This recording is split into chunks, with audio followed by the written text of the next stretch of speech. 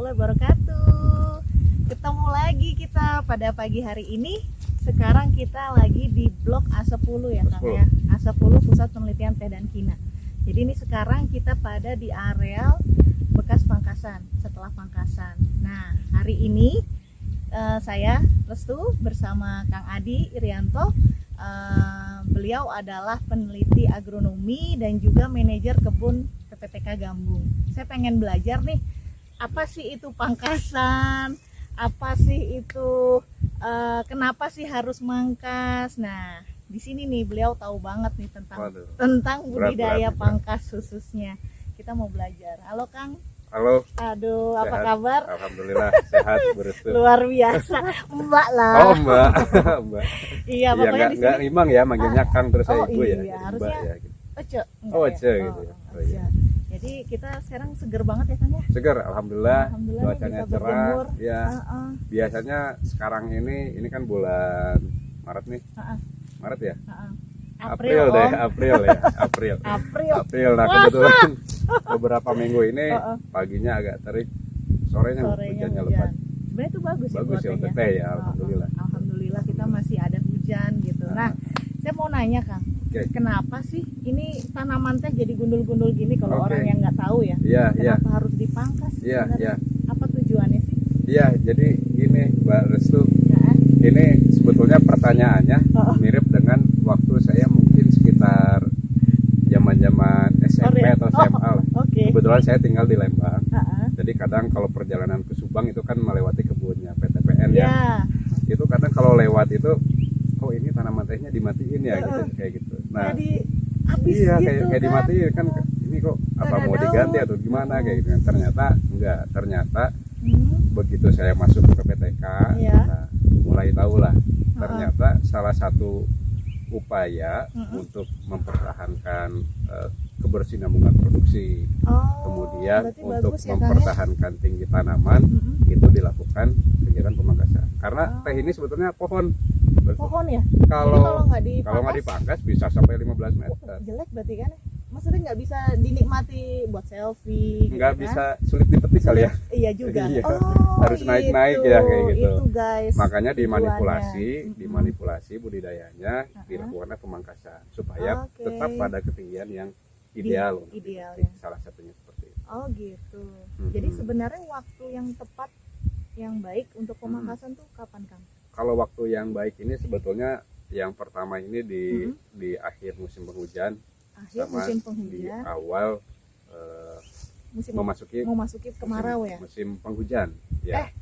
Nggak mendekati kemarau banget sih sebetulnya. Jadi di bulan di bulan Februari, Maret, April itu pas bagus untuk tapi dengan perubahan musim gini gimana Kang? Betul. Nah, itu memang jadi suatu hal yang yang tricky ya. Karena kalau zaman dulu mungkin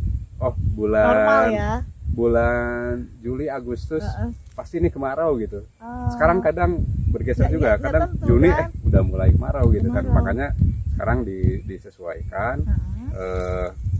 Kadang kita mulai dari Maret, April harus sudah selesai kayak gitu. Jadi 2 bulan itu harus sudah selesai. Kemudian nanti kalaupun, jadi kan biasanya 60% di semester awal dari total areal yang akan dipangkas di tahun ini, 40%-nya nanti di semester 2. Semester 2-nya itu biasanya kita di bulan Oktober atau November. Berarti nanti bulan Berber itu ya? Berber itu ada lagi pemangkasan. Ya, ketika sudah mulai ada hujan. Strateginya gimana sih Kang kalau kita menentuin? Jadi kalau itu memang ini tanaman harus dipangkas nih. Ya. Itu tuh gimana? Yang pertama ya, ciri-ciri tanaman harus dipangkas. Jadi kan tanaman teh ini dia itu semakin lama semakin tinggi kan. Nah, salah satu dia TP itu ya. TP itu tahun pangkas. Jadi ada tahun pangkas 1, 2, 3, 4. TP itu tahun pangkas kan. TP 1 itu berarti dia 1 tahun setelah dipangkas dan seterusnya. Nah, kapan sih tanaman teh ini harus dipangkas? Salah satunya kalau pendekatan teknis itu adalah ketika si si ketinggian bidang petik ini sudah melebihi di 120-125 cm Jadi sepinggang orang lah sudah, ya Di atas pinggang pinggang ya. atau kan orang Indonesia kadang ada yang Baiklah. lebih ini ya, Lebih pemetik imut. di sini ada lebih imut kayak gitu sehingga susah, apalagi Betul. pakai mesin udah sangat Wah, tinggi kan betul, itu. betul. Yang pertama kalau pemetikan ini nanti pemetikan gunting misalkan ya Oke. seperti itu, dia ketika tinggi kapasitasnya akan rendah. Hmm. Kemudian juga untuk menjaga ketepatan pemetikannya juga jauh lebih sulit, karena dia untuk bisa metik pun udah sulit, apalagi dia harus menjaga Betul. pemetikannya bisa tepat seperti itu. Memudahkan Ya. pemetikan ya. Dampaknya ketika terjadi error petik, Heeh. produksinya juga Oh, turun seperti itu. Ya, terlalu kandas terlalu atau kandas gimana? seperti itu. Makanya ketika salah satunya ketika ini juga harus di ini. Kemudian kalau pendekatan fisiologisnya, jadi kan bakal tunas ini dia itu tumbuh lebih cepat pada batang-batang muda. Oke. Ya, memang muda-muda tuh lebih random Lebih ya. ranum. Memang harus di Iya, regenerasi. betul, Nah. betul. Makanya ketika sudah terlalu tua, terlalu tinggi, itu produksi pun akan Turun. turun. Oke. Jadi kalau tren produksi itu Hah? TP1 di bawah, TP2 naik, TP3 puncak, TP4 itu sudah Ah, oke. sudah turun. Nah, Memang harus ya itu di sana kita cut dengan pangkas nantinya naik lagi. seperti itu. Jadi memperbaiki kesehatan tanaman pun juga Betul, bisa ya. kesehatan tanaman. Oh. Jadi memperbaharui frame-nya, apalagi frame-nya kalau ada yang rusak itu salah satunya dengan pemangkasan. Oh gitu. Nah, kalau ini pangkasan jenis apa nih Kang? Jenis-jenisnya banyak nggak sih Kang? Banyak. Jadi Oh. pangkasan itu ada pangkasan apa istilahnya pangkas ringan, Pangkas ringan. pangkas medium, ada pangkasan berat. Pangkas ringan tuh biasanya di ketinggian 70-80 cm lah. 70. Kalau ini maksudnya Kalau ini pangkas medium. medium. Ya, jadi 70-80 cm biasanya kalau pangkas ringan itu contohnya kepris. Oke. Atasnya aja Di ya. atasnya aja. Jadi Oke. kapan kepris itu dilakukan? Biasanya kepris itu hanya dilakukan pada kasus-kasus tertentu saja. Oh. Contoh pada saat si tanaman terserang OPT yang sangat berat. Oke. Kepris aja cukup. Nah, itu misalkan terserang heopatitis berat, biasanya ada kanker batang. Nah, itu di kepris. Karena kalau hanya dikendalikan kimia saja, karena batangnya udah terjadi kena kan? kanker kan. Nah, itu kalau nggak di ini juga Harus produksinya diambil. jadi makanya di kepris. Nah, kemudian kalau dataran tinggi khususnya daerah Pengalengan atau kalau di Jawa Tengah itu ada di Kaliua tuh Iya. seperti itu kan ketinggiannya Lebih ya? di atas 1.300 lah seperti itu. Ah. Itu kadang di musim-musim kemarau terjadi frost juga. Oh, Jadi beku frost, ya? iya, jadi beku, jaringan tanamannya rusak, Rusak. makanya itu Jadi di kepris. Kepris. Oke, baik. Kalau untuk yang produksi biasanya pangkasan medium. Medium Jadi, ini masuk medium semua itu ya? medium. Jadi ketinggiannya di sekitar 45 sampai Hmm. 70 lah maksimum. Sedengkul ya Kang ya? Ya, dengkul. Sekitar Kalau ini dengkul. di kisaran 50 sentian. 50 cm. Ini untuk produksi ya? Ini untuk produksi. Oke. Kalau yang berat berarti lebih Kalau yang bawah berat lagi. lebih bawah di bawah 40 biasanya. Itu dengan alasan apa? Jadi itu kasus-kasus tertentu juga, misalkan percabangannya rusak Oh, karena sudah saking tuanya, sudah banyak yang lapuk, perlu diremajakan, dia agak bawah. Atau pangkas leher, rejuvenasi. Tapi itu untuk saat ini sudah sangat jarang dilakukan karena daripada seperti itu mending kita replanting dengan pohon yang baru seperti itu yang potensi produksinya jauh lebih tinggi seperti itu. Oke, kalau ini alat pangkasnya apa nih Kang? Kalau ini Yang yang di sini. kita gunakan itu di kebun gambung ini kita gunakan dua cara pemangkasan. Yang pertama itu menggunakan manual dengan pisau. Kalau di sini kita bilangnya pisau gaet ya. Pisau gaet seperti itu. Nah, satu lagi kita menggunakan mesin pangkas. Oh. Ke depan Kalau mungkin ini udah mesin pangkas ini? ini yang manual. Oh, ini yang manual. Kalau yang mesin pangkas agak di sebelah atas. Oh gitu. Ke depan mungkin trennya Mesin. karena Mekanisasi ya. mekanisasi ini kapasitas kerjanya jauh lebih tinggi daripada yang manual. Dari sisi kualitas pun juga masih bisa dikendalikan. Oh gitu. Mesin ini. Nah, ada satu lagi nih. Setelah kita mangkas, ada nggak perlakuan lain yang harus kita lakukan nih? Perlakuan setelah pangkas? Ya, apa? ya. Jadi sebetulnya gini, momen pangkasan itu adalah momen dimana kita bisa memperbaiki tanaman atau istilahnya mulai dari nol lagi ya. Betul. Mulai dari nol lagi kayak gitu. Jadi yang sebelumnya kita punya masalah gulma, punya masalah tanahnya yang OPT-nya padat, itu, OPT-nya yang ini, frame-nya yang sudah rusak, daun kita pemeliharaan yang perbaiki. tipis, disitulah momen pemangkasan dan Oke. momen kita untuk memperbaiki. Luar biasa. Jadi kalau ingin memperbaiki kebun, Heeh. mulai dari pangkasan. mulai dari pangkasan. Setuju. Enaknya seperti itu, Benar. kayak gitu. Asal dengan kondisi yang ideal ya. Kondisi yang ideal. Nah, Jadi idealnya apa aja, Kang? ya, jadi pasca pangkas itu yang pertama Heeh. setelah pangkas Heeh. kita konservasi lah. Mbak Restu ini paling tahu lah karena penelitinya ya. Yang kalau di lapangan kan serasa pangkasnya itu yang pertama jangan dibawa keluar ya. Ini ya, Itu ya, yang kayak gini ya. kayak gini Nah, jangan dibawa ini keluar. jangan dibawa Jadi keluar. disimpan untuk apa namanya? Yang pertama untuk Bahan menambah bahan organik ya. organik, kemudian juga sih, mengkonservasi tanahnya ya. Mm-mm. Karena kan ketika dipangkas kan terbuka ya, Betul. arealnya seperti itu. Nah, kemudian pasca cabangnya dirapihkan, Mm-mm. kita lakukan gosok lumut. Gosok lumut. Nah, Ini jadi ya. di batang-batang ini, Ya, Kang. apalagi batang tanaman-tanaman yang sudah tua ya, Mm-mm. tua di sini tuh biasanya ya di bawah 50 tahun pun juga ada sih Mm-mm. yang sudah berlumut ya kayak gitu.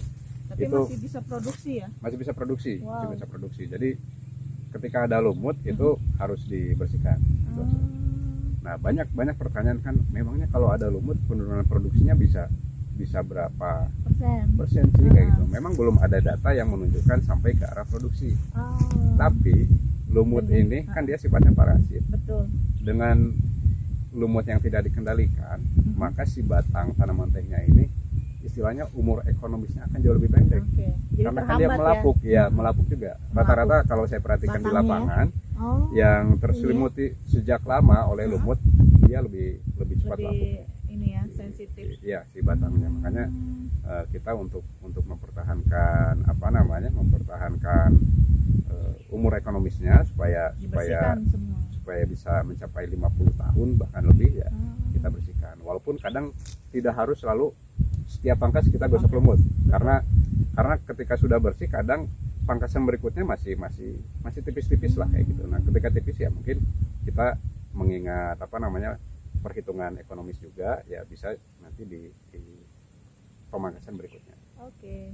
Sama pengolahan tanah paling ya. Kang, Ya, jadi setelah digosok Ada lumut, kemudian di apa namanya, di pengolahan Gemburkan tanah ya? digemburkan dengan proses penggarpuan. Pengakuan. Ada macam-macam metodenya. Oke. Kalau saya perhatikan beberapa kebun ya, kalau di Jawa Barat itu rata-rata digemburkan dengan alat Rengat. garpu. Oke. Ya, bisa rengat, bisa garpu balik. Balik. Nah, Hmm. cuman kalau di sini kita lebih senang garpu balik.